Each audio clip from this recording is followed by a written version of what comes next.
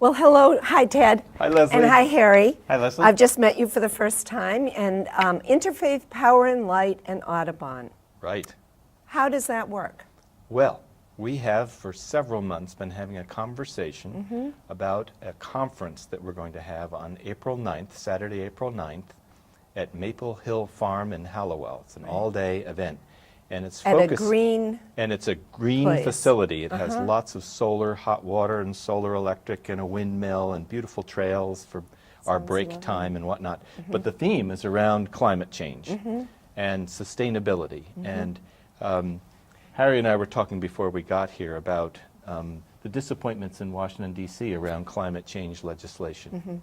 And Harry, what is Interfaith Power and Light? How does that work into this? Well, we're a statewide nonprofit. We are working to address the effects of climate change and the causes of climate change, and we primarily advocate for remedies or solutions centered around renewable energy and energy efficiency. And a lot of people know us for the power products that we've sold to the public through residential power plants through CMP and Bangor Hydro. But yeah, over the last year, Maine Interfaith Power and Light has been working to get a national climate bill passed. It was stalled in Congress back in July, and for all effective purposes has come to a grinding halt at this point in time.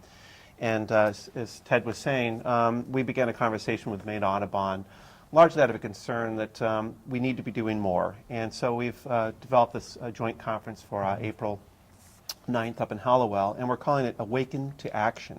Awaken to Action. Awaken to Action. And it's really an opportunity to explore faith and sustainability in an age of climate change. And So will it be made up of workshops throughout the day, or question. lectures, or? Well, we're going to begin with a number of faiths, sharing with the audience their approach in their faith to issues of stewardship and protection of the natural world, respect for the planet Earth. And that should be very interesting and informative, how different faiths come to these questions.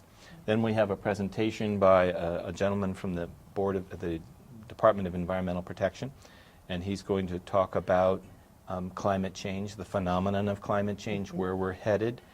And then we're going to have breakout sessions using a very interesting program called Open Space Technology. Oh yeah, it's going to be fun. it's a dynamic group facilitated process, and what it really allows is the participants to voice their issues that are most important to them, and then through sort of a democratic process, the group will essentially vote on various topics. And we have confidence in the fact that by the end of the day, we'll have addressed the issues that are most important to people who have attended, and it also helps to foster a sense of ownership over the issues, so that by day's end we have something that we can all act upon and feel confident that we're going to follow through on it. So you'll have a wrap-up session at the end. Yes, we will. And hopefully people will take from that Right. what happened through the day, what the needs are, what the issues are that are important. Yeah. And then what? Go to their legislators? Well, at the end of the day, we all have our own personal responsibility to respond to this challenge, or our community, working with our community, or our congregation, or our neighborhood. But it takes, I think, some feeling of community that we're all in this together. How can we make a difference in our lives and in our communities that will affect positively the climate issue? Right. So there'll probably be some follow-up activities after this. We'll see how it goes. But we'll have about 100 people, at most 100 people there, so it'll be kind of cozy. And now I think it's an interesting collaboration, and as you say, we are all connected. Right. And this is just a connection, one more of those Right, connections, right. collaborations. That's right. Tell us how people can get involved, whether they be from a faith-based group or from the community in some other way, and feel that this is what they want to do. How do they Yeah, and how do they register, Harry? That's a great question. It's very simple. If you just get onto the internet and Google on Maine Interfaith Power and Light, or go to our website, meipl.org, And just follow the links. It'll be called Awaken to Action, April 9th. If you click on that, it'll give instructions about how to register. Plus, it'll give the agenda for the day, a flyer that people can download, and cover some of the finer points perhaps we didn't cover during this interview. And of course, if anybody has questions about the day, they're more than welcome to contact me or other organizers about that. And there's contact information on that website as well. So that's meipl.org.